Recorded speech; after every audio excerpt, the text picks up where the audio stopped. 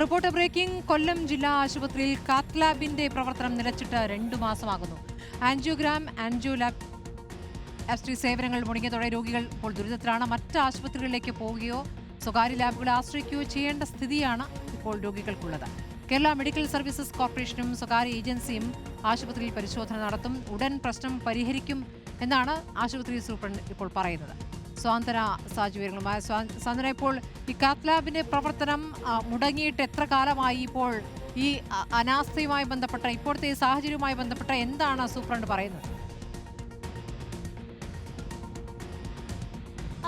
കഴിഞ്ഞ 2 മാസമായിട്ട് കൊല്ലം ജില്ലാ ആശുപത്രിയിൽ കാത്ത് ലാബ് പ്രവർത്തിക്കുന്നില്ല എന്നുള്ളതാണ്. നമുക്കറിയാം, സാധാരണക്കാരായ നിരവധി രോഗികൾ, 100 കണക്കിന് രോഗികൾ ഓരോ ദിവസവും എത്തുന്ന ഒരു ആശുപത്രിയാണ് കൊല്ലം ജില്ലാ ആശുപത്രി. ഈ ആശുപത്രിയിലാണ് ഇത്തരത്തിൽ കാത്ത് ലാബ് 2 മാസമായി പ്രവർത്തിക്കുന്നില്ല എന്നുള്ളതാണ്. അത് വലിയ പ്രശ്നം തന്നെയാണ്. പ്രത്യേകിച്ച് നമുക്കറിയാം, ഇപ്പോൾ നെഞ്ചുവേദനയും ഒക്കെയായി വരുന്ന രോഗികളാണെങ്കിൽ അവരുടെ ആദ്യ മണിക്കൂറിലെ ചികിത്സ എത്ര പ്രധാനമാണ് എന്നുള്ളത് നമ്മൾ കണ്ടിട്ടുള്ളതാണ്. നേരത്തെ കൊല്ലം സ്വദേശിയായ വേണു മരിച്ച സംഭവത്തിലടക്കം നമ്മളത് കണ്ടതാണ്. വരുമ്പോൾ തന്നെ ആൻജിയോപ്ലാസ്റ്റിയും ആൻജിയോഗ്രാമും ഒക്കെ ചെയ്ത് അവരുടെ ജീവൻ രക്ഷിക്കുന്നത് വളരെ പ്രധാനമാണ്. അപ്പോൾ അത്തരം ഒരു സാഹചര്യത്തിലാണ് കഴിഞ്ഞ 2 മാസമായി ഇവിടെ കാത്ത് ലാബ് അടഞ്ഞു കിടക്കുന്നത്.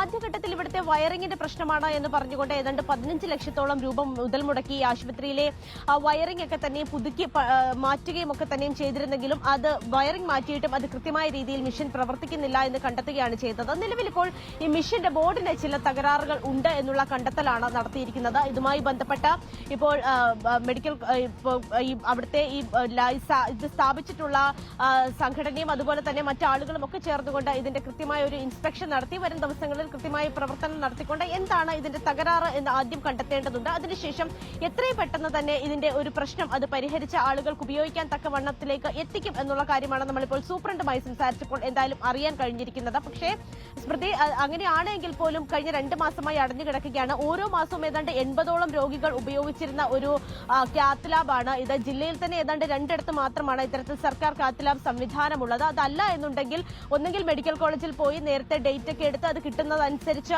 ഈ ആൻജിയോഗ്രാമും ആൻജിയോപ്ലാസ്റ്റിയും ഒക്കെ ചെയ്യേണ്ടി വരും. അതല്ല എങ്കിൽ സ്വകാര്യ ആശുപത്രികളെയോ ലാബുകളെയോ ഒക്കെ ഇതിനുവേണ്ടി സമീപിക്കേണ്ട ഒരു അവസ്ഥയാണുള്ളത്. സാധാരണക്കാരായ രോഗികൾ സർക്കാർ ആശുപത്രിയിലേക്ക് വരുന്ന രോഗികളെ സംബന്ധിച്ചിടത്തോളം അത് വലിയ സാമ്പത്തിക ബാധ്യത ഇത് സ്വകാര്യ ആശുപത്രികളിലേക്കൊക്കെ പോകുമ്പോൾ അവർക്കുണ്ടാകാനുള്ള സാധ്യത കൂടിയാണ്.